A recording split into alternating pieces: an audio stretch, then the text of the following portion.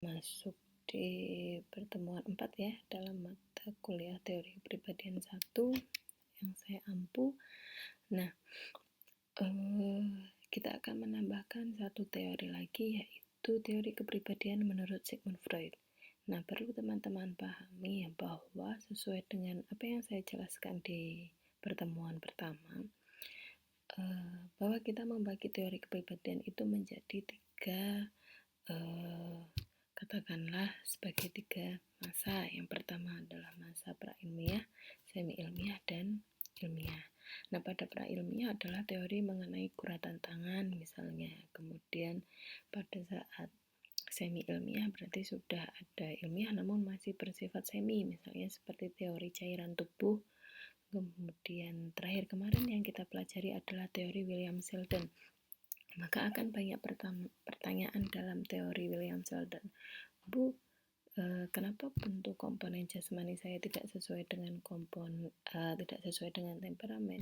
Ya, yang pertama adalah karena kita belajar teori semi ilmiah. Tentu masih dipertanyakan tentang keilmiahannya. Apakah bentuk dengan bentuk jasmani tertentu akan menghasilkan temperamen atau sifat tertentu?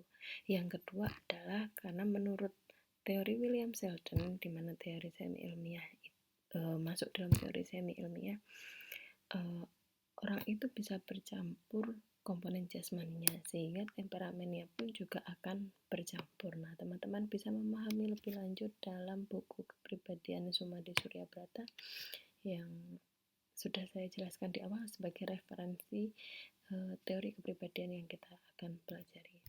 Nah, sekarang kita masuk dalam teori yang ilmiah. Nah, untuk teori kepribadian pertama kita masih mempelajari teori yang ada pada paradigma psikoanalisa. Oleh sebab itu teori-teori yang kita pelajari adalah tokoh-tokohnya. Yang pertama Freud dan juga Neo-Freudian. Nah, untuk yang pertama teori Sigmund Freud. Nah, ini adalah tokoh yang pertama kali berada pada masa keilmiahan, sehingga teori ini banyak digunakan juga oleh tokoh-tokoh lain yang juga berpendapat sama dengan teori Sigmund Freud. Nah, teori Sigmund Freud itu mengembangkan teori psikoanalisa pada tahun 1856 sampai 1939. Oke, cukup lama ya. Nah, ini latar belakang. Nah, yang terpenting teman-teman mengetahui bahwa sejak tahun 1856, kemudian setelah lulus, Freud lebih berfokus pada bidang psikoanalisa dalam penanganan kasus-kasus terkait dengan perilaku individu. Nah, yang terpenting lainnya adalah bahwa Sigmund Freud ini mengenalkan metode hipnosis untuk menangani kasus-kasus histeria atau kasus-kasus traumatis. Oleh sebab itu, ketika kita belajar teori psikoanalisa, kurang lebih kita akan memahami bahwa psikoanalisa itu digunakan pada kasus-kasus yang traumatis, yang bersifat kecemasan-kecemasan. Nah, kemudian Freud juga mengembangkan sebuah metode asosiasi bebas karena anggapannya bahwa klien itu mengalami permasalahan traumatis dan belum mengekspresikan apa yang menjadi dasar permasalahannya, yang menjadi pengalaman traumatisnya tersebut, sehingga dikembangkan metode asosiasi bebas sebagai penanganan pada klien agar dapat mengekspresikan apa yang menjadi pengalaman traumatisnya yang belum bisa diungkapkan. Nah, ini bagian terpenting yang teman-teman ketahui dari Sigmund Freud. Saya rasa kalau mengenai biografi, teman-teman bisa membaca lebih lanjut dari referensi-referensi yang sudah saya jelaskan. Nah, di sini adalah dua dasar dalam psikoanalisa Sigmund Freud. Yang pertama tadi adalah hipnosis yang dikembangkannya, kemudian yang kedua Freud mengembangkan asosiasi bebas. Nah, di yang pertama hipnosis, bahwa menurut Sigmund Freud pengalaman seseorang yang traumatis itu hanya bisa diungkap dalam keadaan yang tak sadar, sehingga penanganannya pun Sigmund Freud memberikan hipnosis pada pasien atau pada klien. Kemudian diberikan penanganan yang kedua, dasarnya adalah asosiasi bebas, bahwa anggapan Sigmund Freud pengalaman traumatik itu bisa diungkapkan dalam keadaan yang sadar. Maka di sini pasien diminta untuk mengemukakan secara bebas hal apa saja yang terlintas dalam pikirannya saat itu. Jadi apapun yang terlintas dalam pikiran klien atau pasien, maka dia diminta untuk mengungkapkannya secara bebas sesuai dengan apa yang ada dalam pikirannya. Nah, maka menurut Sigmund Freud, hal tersebut dapat bertujuan untuk menggali dan mengungkap ingatan atau pengalaman yang bersifat traumatik.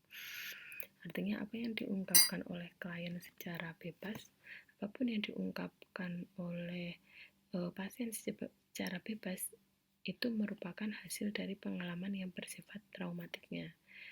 Oke, berarti kuncinya baik mau dengan hipnosis dan asosiasi bebas adalah untuk mengungkap pengalaman traumatis. Itu dasar yang digunakan oleh Sigmund Freud dalam menjelaskan perilaku manusia. Apa yang dilakukan oleh manusia adalah karena pengaruh dari pengalaman traumatik. Ya. Oke. Kemudian selain hipnosis dan asosiasi bebas, Freud juga mengenalkan sebuah teknik analisis mimpi atau teknik analisa mimpi. Nah, adapun istilah ini adalah dream analysis jika menurut Sigmund Freud.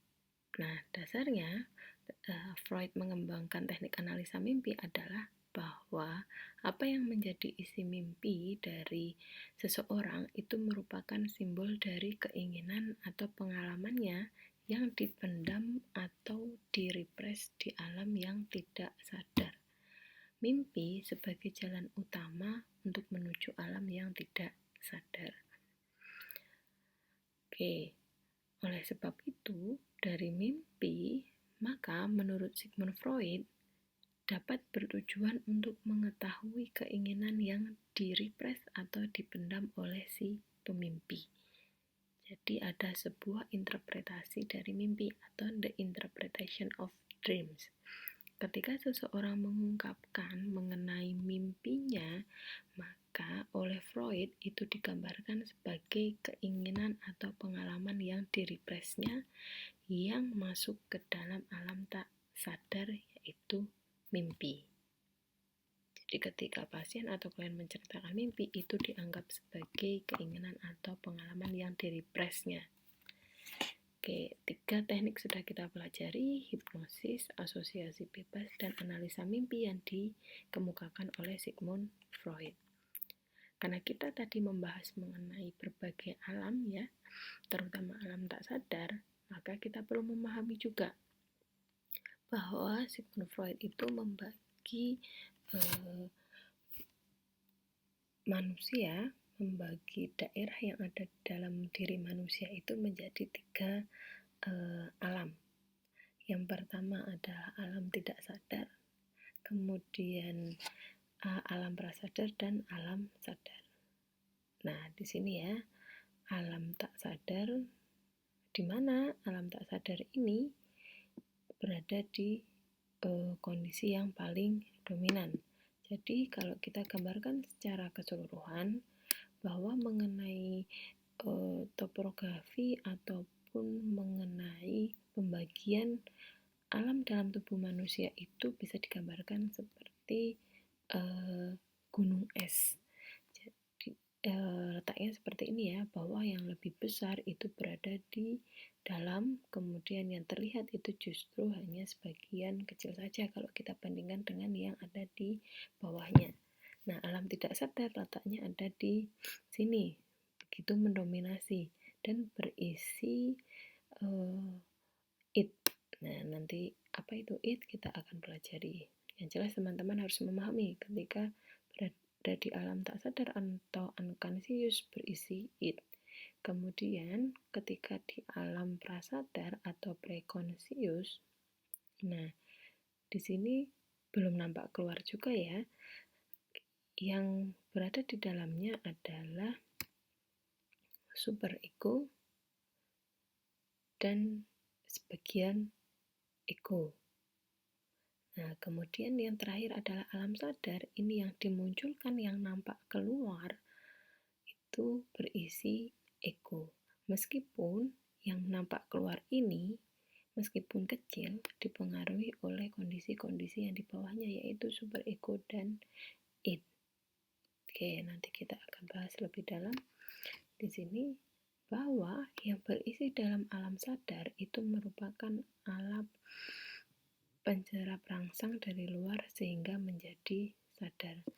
Apa yang diterimanya dari luar itu berada di kondisi yang alam sadar, sehingga ini mempengaruhi apa yang dilakukannya yang nampak keluar.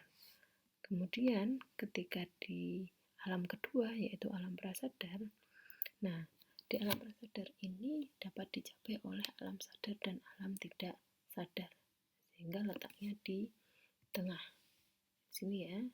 Ini dapat dicapai oleh alam yang berada di atasnya yaitu alam sadar, dan yang berada di bawahnya yaitu alam tidak sadar atau unconscious. Nah, belum ada ketika manusia itu lahir, sehingga alam prasadar ini belum terbentuk ketika anak baru lahir, namun berkembang pada masa anak-anak, sehingga baru mulai dimunculkan ketika manusia atau orang itu berkembang pada masa anak-anak. Karena tidak pada terbentuk pada waktu lahir, artinya setelah manusia itu berkembang, maka dinamakan sebagai proses yang sekunder, dinamakan proses yang kedua. Nah, dalam alam prasadar ini memiliki tujuan untuk menghambat keinginan-keinginan insting atau keinginan-keinginan dasar atau dorongan-dorongan dasar agar sesuai dengan dunia luar dan norma-norma.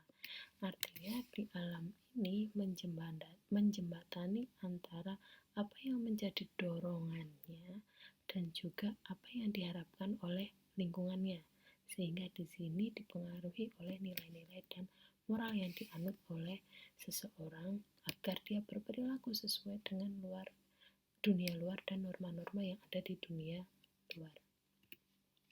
Oke, sekarang alam yang terakhir di sini adalah alam yang ketiga, yaitu alam tidak sadar. Di mana di alam tidak sadar itu mengandung ide-ide yang ditekan. Ada dorongan-dorongan yang ditekan. Nah, yang kedua, bahan-bahan yang ada di alam tak sadar biasanya dapat diingat kembali melalui alam prasadar sebagai sensor.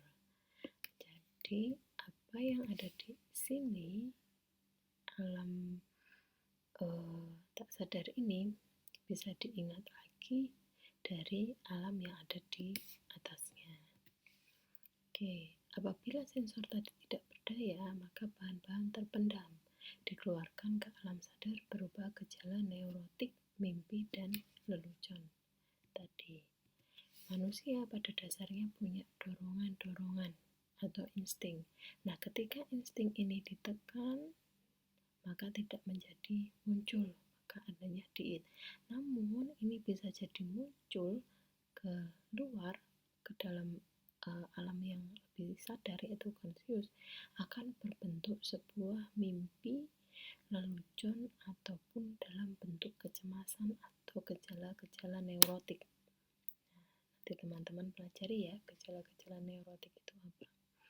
Nah, oleh sebab itu tadi dijelaskan di awal bahwa dengan analisa mimpi, dengan asosiasi bebas akan berusaha menggali apa yang ada di dalam sini dalam bentuk yang sudah dikeluarkan di conscious dalam bentuk mimpi, lelucon, ataupun gejala-gejala neurotik.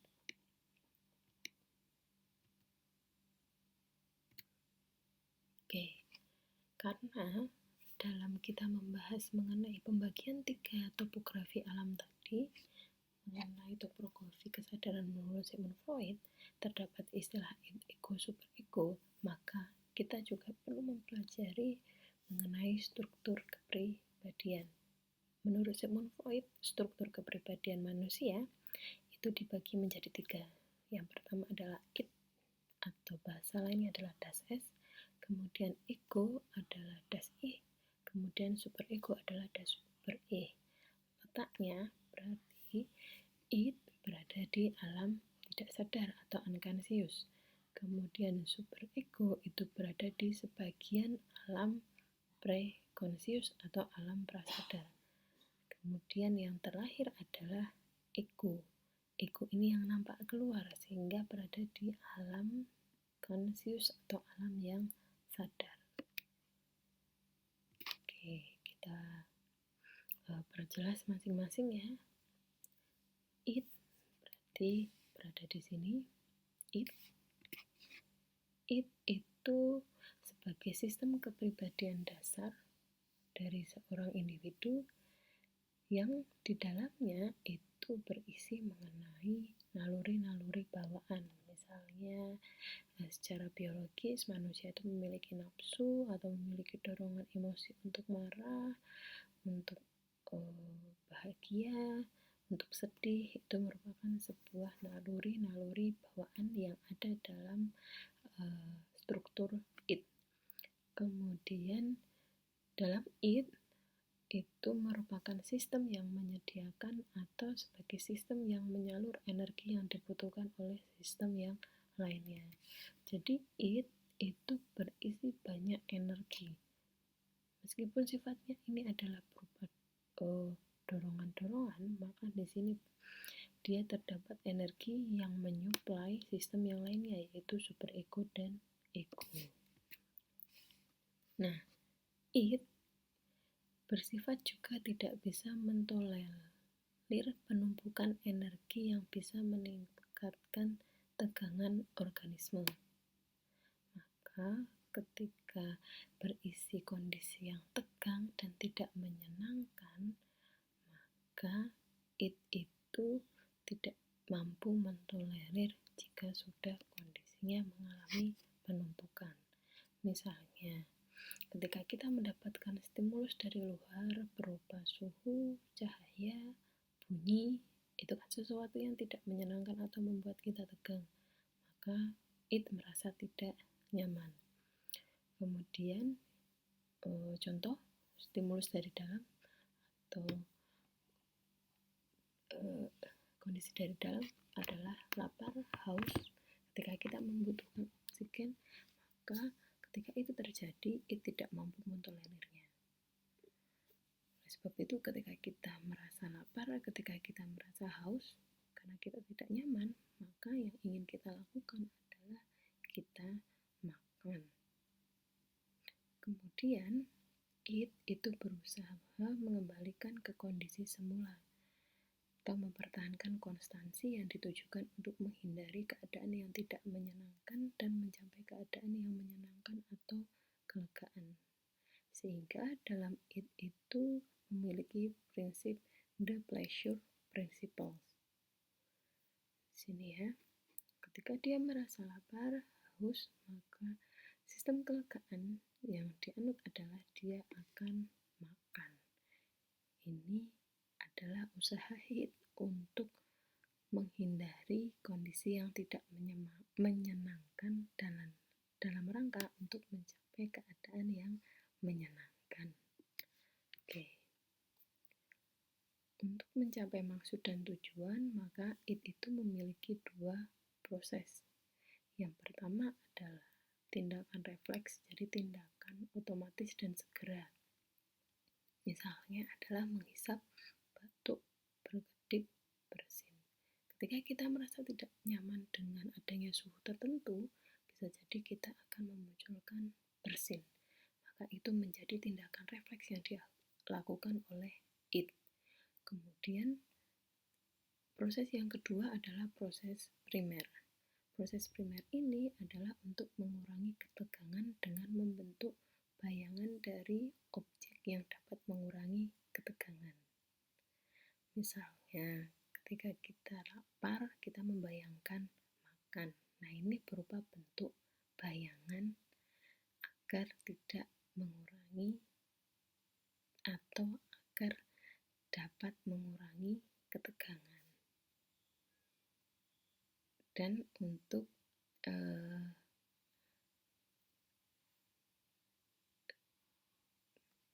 membuat seseorang itu merasa nyaman. Kemudian mimpi juga, ketika kita lapar misalnya kita memimpikan makanan, maka itu berupa proses primer dalam membentuk bayangan. Nah, pada proses primer itu tidak dapat mengurangi ketegangan secara nyata. Jadi sifatnya adalah sementara dan sifatnya adalah semu, sehingga butuh sistem lain yang benar-benar mengurangi ketegangan secara nyata.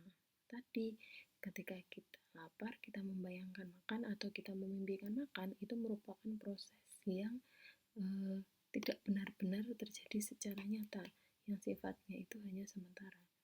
Maka untuk mengurangi ketegangan karena kita merasa lapar, kita butuh makan yang dilakukan oleh struktur kepribadian, yaitu ego. Nah, masih dalam proses primer hanya kontak dengan tubuh, memaksa ego tanpa memandang sebuah konsekuensi. Jadi ketika kita lapar tadi, kita memaksa kontak kita dengan tubuh, maka tangan kita mengambil makanan dan memasukkannya ke dalam mulut. Nah, itu adalah proses id untuk memaksa ego agar mengatasi rasa lapar yang dimunculkan oleh id itu tadi. Karena bekerja pada prinsip kesenangan dan mempedulikan kenyataan, maka id tidak mampu menghambat ataupun mengawasi ataupun memodifikasi dorongan. Tadi prinsipnya adalah kesenangan. Untuk dia merasa tenang, maka id ini sendiri tidak mampu menghambat dorongan ataupun tidak mampu memodifikasi dorongan yang ada di dalam strukturnya sendiri. Artinya ketika dia lapar, ya yang dia inginkan adalah makan. Dia tidak mampu memodifikasi, mengganti rasa lapar ini menjadi rasa kenyang. Kemudian id itu terbentuk waktu lahir, sehingga butuh orang lain untuk lebih menguasai id. Oke, sekarang kita berada struktur kepribadian yang kedua, yaitu ego. Nah, di ego merupakan sistem kepribadian yang bertindak sebagai pengarah individu pada objek dari kenyataan. Nah, kalau tadi prinsipnya adalah kesenangan, sekarang di ego prinsipnya adalah realitas. Nah, ego itu terbentuk sebagai hasil kontak dengan dunia luar, sehingga tadi ego letaknya berada di luar. Nah, di sini ya, ego letaknya berada di luar. Kemudian ego itu merupakan struktur kepribadian yang berfungsi untuk memuaskan kebutuhan dan mengurangi ketegangan dengan proses sekunder. Jika di id prosesnya primer, sekarang di ego prosesnya adalah sekunder. Apa itu proses sekunder? Di proses sekunder yaitu ego memformulasikan rencana bagi pemuasan dan menguji apakah bisa dilaksanakan atau tidak. Sehingga ketika tadi rasa lapar, ego itu yang akan memformulasikan rencana. Apakah saat ini waktu yang tepat untuk makan, ataukah makan itu bisa ditunda karena ada kondisi tertentu. Sehingga dalam ego ini melibatkan fungsi psikologis yang tinggi berupa kognitif ataupun intelektual dari seseorang. Artinya kondisi intelektual dan kondisi kognitif itu mempengaruhi bagaimana kinerja dari ego.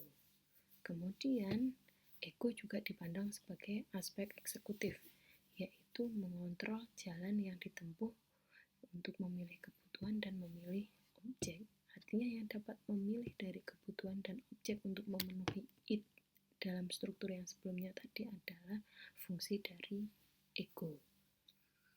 Oke.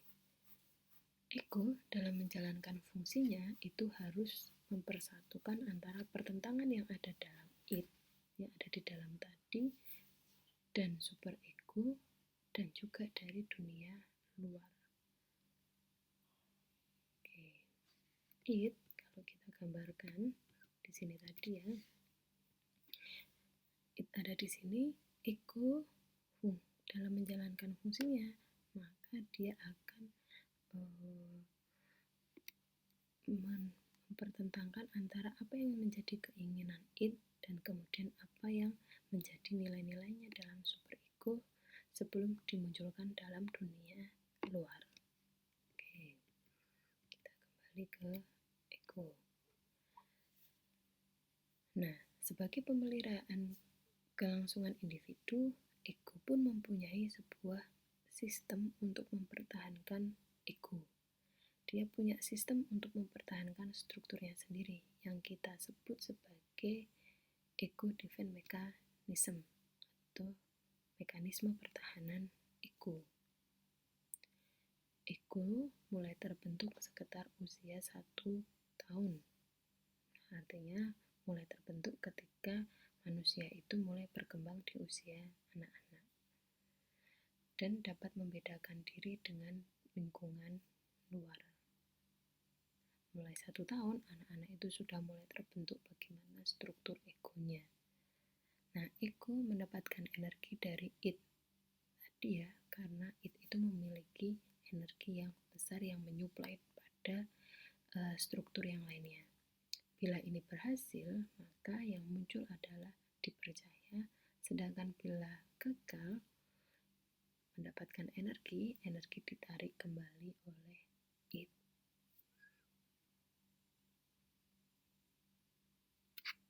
Oke, sekarang adalah struktur yang terakhir yang letaknya berada di tengah di sini sebagai jembatan antara apa yang dikeluarkan ego kemudian apa yang menjadi dorongannya yaitu it.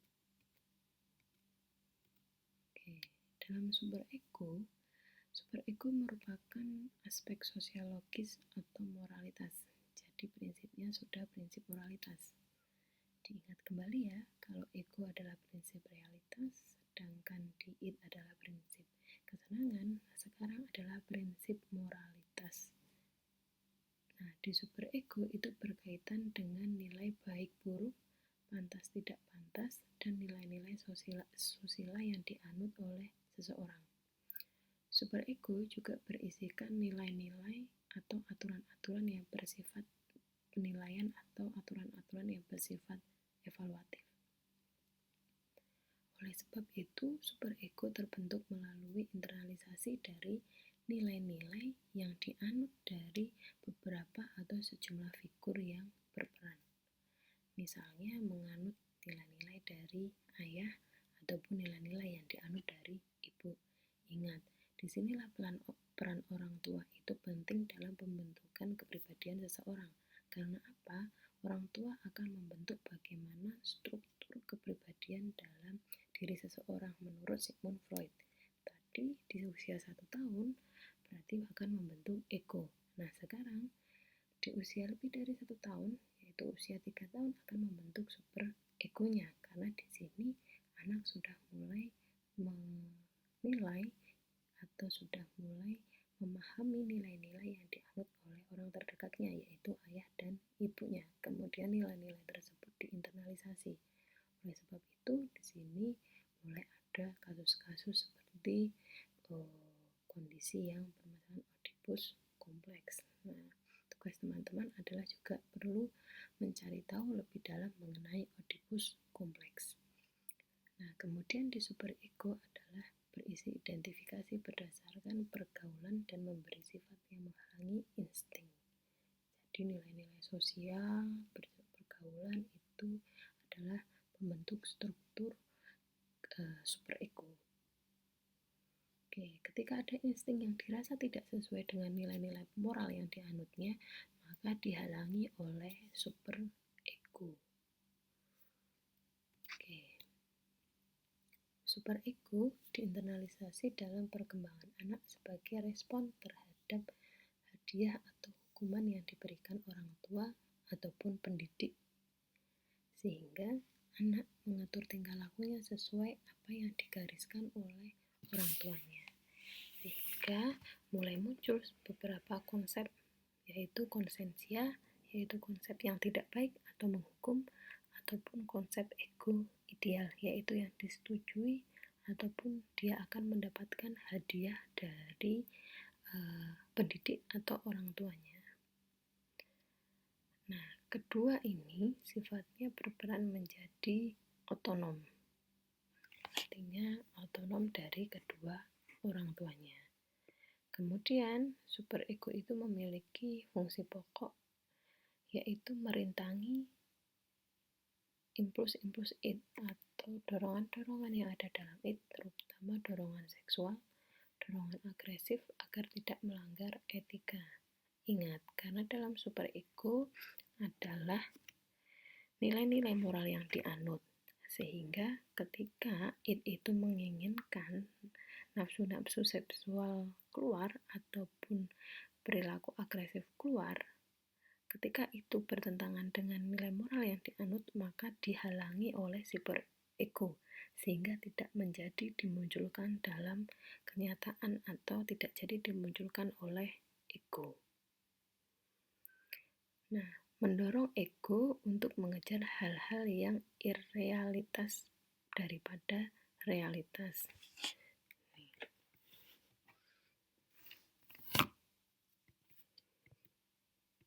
Di sini tadi, ketika di dalam id itu terdapat